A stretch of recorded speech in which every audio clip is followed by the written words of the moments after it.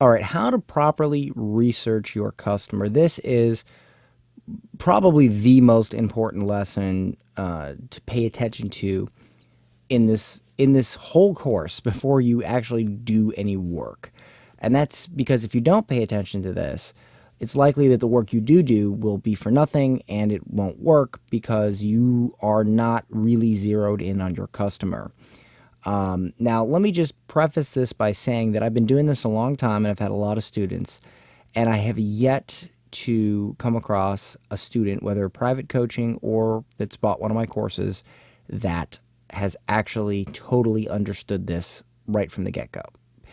I didn't understand it right from the get-go when I first started. So, it's highly likely that you don't. And you really need to pay attention to this because this will help you.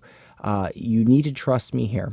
And I'll just preface that by saying I did go from a pizza boy to $1 million online. I've generated millions of dollars in sales for my clients. I make 7 figures doing this stuff. Please listen to me. This is super important. And you are going to say, oh, no, I don't need this. Oh, no, this is bullshit. Oh, I don't have to do this. You're going to say that. I guarantee you, as you're going through this lesson, you will be saying that to yourself. And I'm telling you, that's me smacking you in the face right now. Don't do that. Pay attention to the lesson. Okay, here we go. You don't know your customer. The worst thing you can do is assume that you do simply because you have been in the industry or you have been in their shoes. Thinking back to the customer you've talked to or this or that, you did not know at that time what questions to ask or what things specifically to pay attention to. So you can't possibly know the answers to these questions, or at least all of them, just because you've been doing this for a while. You've talked to a bunch of customers. It's not how it works. If by some miracle that after this process, everything you get back, all the feedback you get back is completely accurate to what you thought, well, then you know what? I'll give you a fucking cookie. I don't know. I've never seen that happen. But at the very least, it'll validate everything that you know. But it ain't going to happen. You're going to get answers back you don't realize. Okay. You need to do proper research by asking very specific questions to at least 12 people that are your potential market. This can include previous customers, but make sure to ask them to answer the questions thinking back to before your services were rendered, meaning ask them and be like, hey, can you think back to what it was like before you hired me? And make sure that they answer it from that perspective, because otherwise it'll be useless. That's the perspective you want. Now, here's something super important that I know most of you will do. Never ask leading questions or offer multiple choice. It will skew the results and not help you. You are looking for patterns of the same answer, so you can't give them the answer ahead of time. So you can't say, what is your biggest problem? Things are too expensive, or you want to make more money, or what? You can't do that, because then they'll just be like, oh yeah, that. All right, so don't do that. Just say, what is this? What is it? Wait for their answer. Make their answer come from them. All right, that's the way to do it. So do not offer multiple choice. Do not ask leading questions.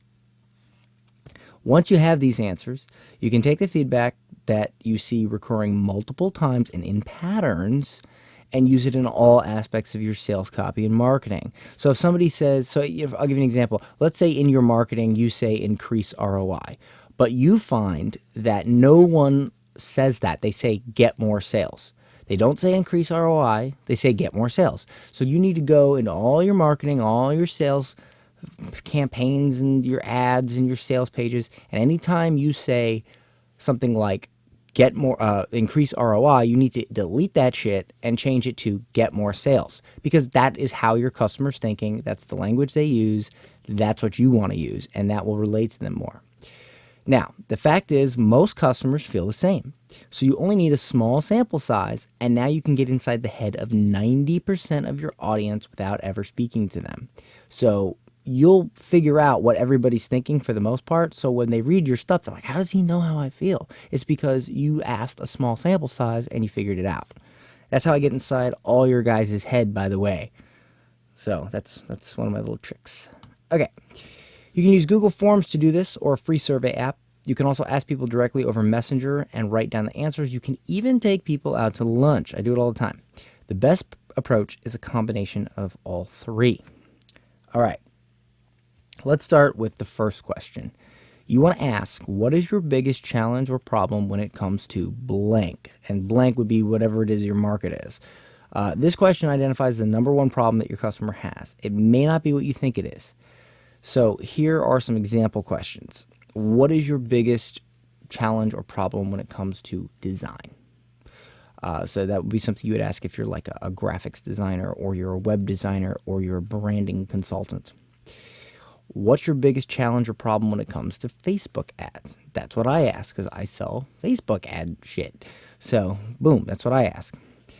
What's your biggest challenge or problem when it comes to getting fit? So if you're a personal trainer, if you sell a fitness course, if you sell a nutrition course, if you sell workout equipment, if you sell an ebook on fucking juicing, I don't know, that's something you could ask, all right?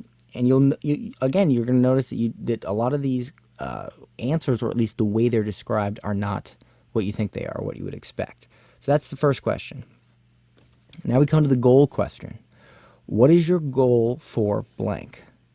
What is your goal for your blank? What do you want out of it? So this could be a multitude of things. This question identifies the end result they want to achieve. Again, it's likely this is different from what you suspect it is, or at least how it's described. So if you're a web designer, what is your goal for your design? What is your goal for your Facebook ads? That's something I might ask. What is your goal for getting fit? Again, you're a personal trainer, something like that. What is your goal for getting fit? And you're going to obviously archive all these answers, and at the end we're going to go through and look for, if out of 12 people, 4 people said the same exact thing, that's what you're looking for. You're looking for those patterns. All right. The feel question. How would it feel if this problem was gone? Now, this may seem like a silly question, but it works. They might even think it's a silly question, but it doesn't fucking matter. They're going to answer it, and you're going to get your data. So just ask the question.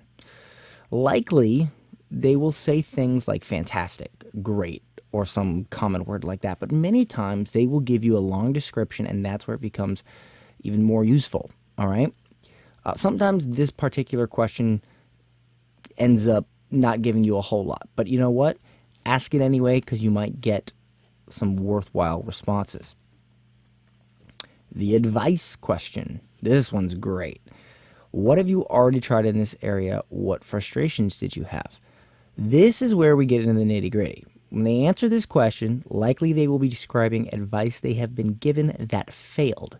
Now, how can you use this? All right?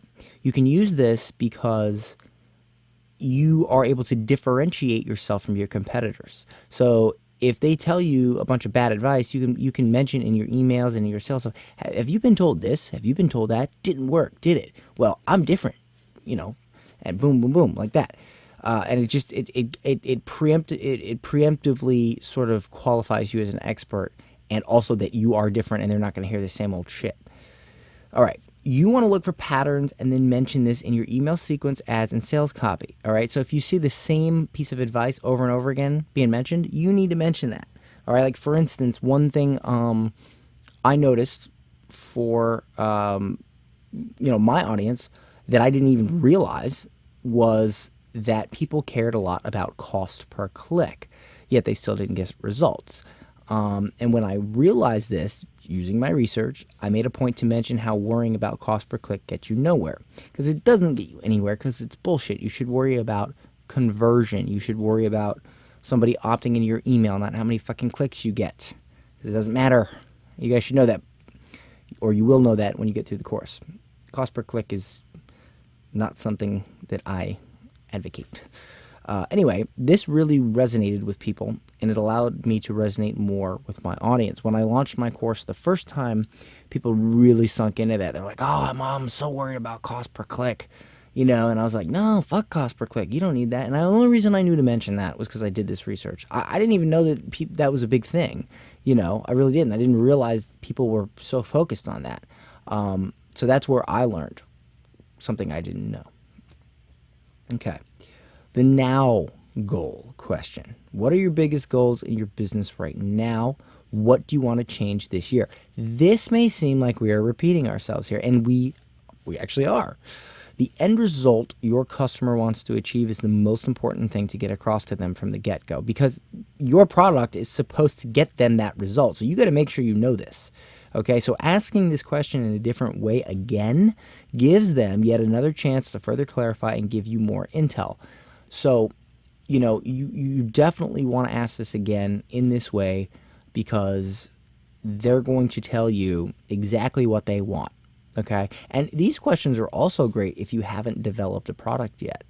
Let's say you're developing some sort of coaching program, and you really want to zero in on what people want. Do not create a product you think they need. Create a product you know they want, because it doesn't matter what you think they need. They want something. If how to get more clarity in your business. What if they don't care about that? What if they want more sales? Or what if they want to understand how to get a business loan? That's what you zero in on, not this randomness that comes into your head one day when you wake up. No, do it based on research, okay? That way you cannot fail on your product idea. But if you just make something up off the top of your head and you think it will work, well, you're just flipping a coin at that point. So this takes the coin toss out of the equation and actually lets you, be sure about it first. Okay, what to do with these answers? Adjust everything. Make your freebie, your follow-up, your email follow-ups, your sales page, everything match the patterns you see in these answers. So let's say you sell commercial lighting. You may go in thinking that your ideal customer wants to find the best price. Oh, I've been doing this for 30 years. I know all they care about is price. No. Okay? Your research may show that the biggest trouble they have is installing. Now, I'm not saying it will. I'm saying it might. Okay? And if it does, then you can, at that point, create something like the quick install guide for commercial lighting. That really provides value to your customer. Now you have helped them, educated them, and they trust you a bit more. Naturally, when they need to buy commercial lighting, you will be on their mind. So if you've already kind of given them, thrown them a bone, they're going to be like, well, what do they have? What do you guys have? You can promote your products within the freebie, follow-ups, or even a coffee call.